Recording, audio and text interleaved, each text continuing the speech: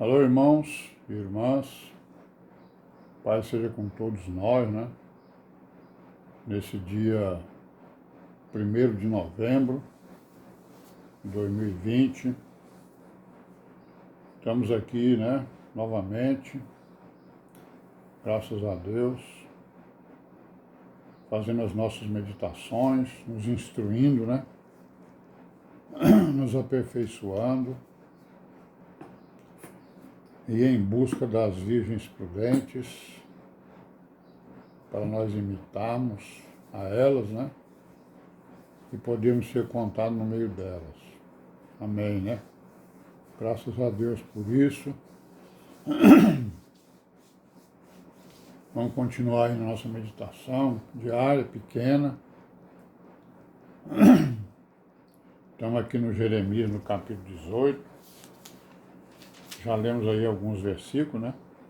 Vamos ler aqui o versículo 18, do capítulo 18, que diz o quê? Diz o seguinte: então disseram, né?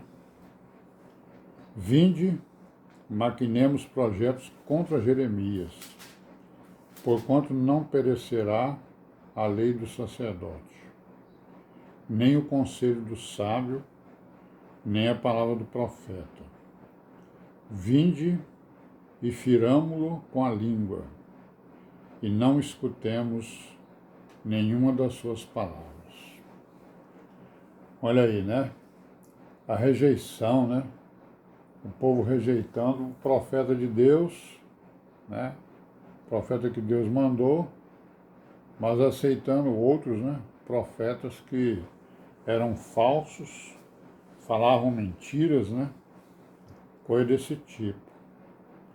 No versículo 19: olha para mim, Senhor, e ouve a voz dos que contendem comigo.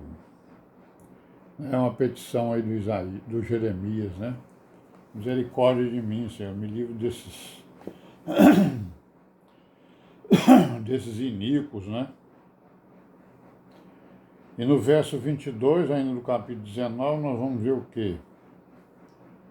Ouça-se o clamor de suas casas, quando trouxeres esquadrões sobre eles de repente, porquanto cavaram uma cova para prender-me e armaram laços aos meus pés.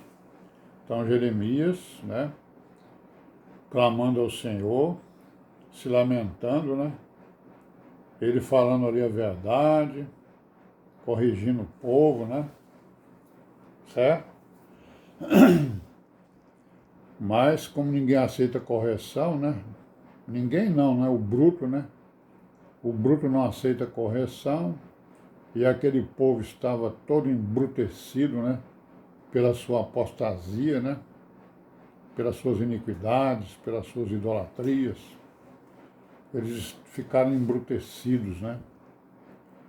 E aí eles tinham a raiva, né, de quem se levantava para exortá-los e para corrigi-los.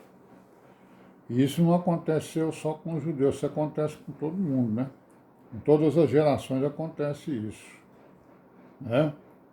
Às vezes a gente encontra pessoas que não gostam do irmão porque o irmão fala fino, ou porque o irmão fala muito grosso, ou porque o irmão é muito sério, né?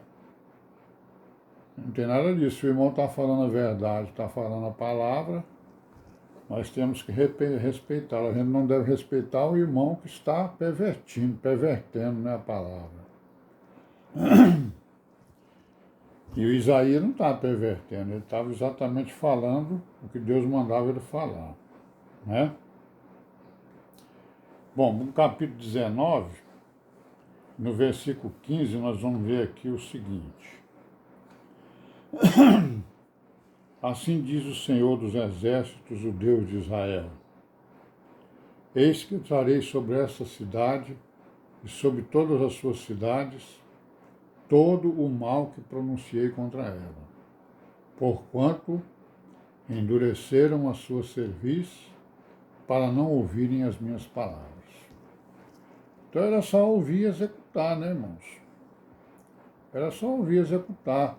Nós vimos ali no capítulo 18, né, que o Jeremias disse para o povo que, olha, a nação que obedecer a palavra vai colher os seus benefícios, mas a nação que não executar a palavra vai conhecer os seus malefícios, né? As consequências daquilo que nós fazemos caem sobre nós. Se fizermos o bem, virão as beneficências, né? Se fizermos o mal, virão as maledicências, né? Os malefícios, né? Não é isso? Então vamos aqui para o capítulo 20. Aí o capítulo 20 aparece aqui um tal de Pazu, né?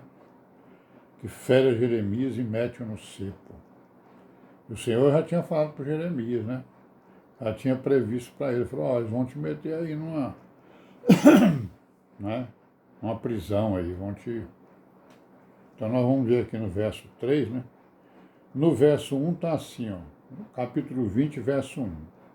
Pazu, filho de Imer, o sacerdote, que havia sido nomeado presidente da casa do Senhor, ouviu a Jeremias, que profetizava estas coisas, né?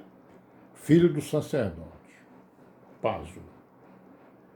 E feriu, versículo 2, e feriu Pazu ao profeta Jeremias e o meteu no cepo que está na porta superior de Benjamim, a qual está na casa do Senhor. E sucedeu que no dia seguinte, Pazu tirou Jeremias do cepo. Então disse-lhe Jeremias, o Senhor não chama o teu nome Pazu, mas Magor Missabibe. Magor Missabibe, né?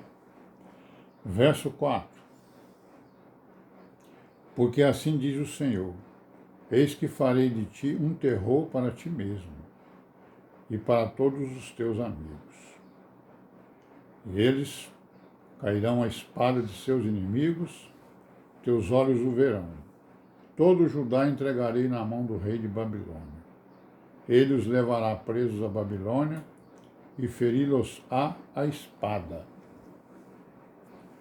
Então o Pazu aí já teve aí, né, a sua, digamos assim, a sua paga, né, pelo que ele está fazendo, pelo que ele fez contra Jeremias. E o Senhor já está logo dando aí a sentença dele, né? Aí no versículo 5 ele continua aqui dizendo o quê?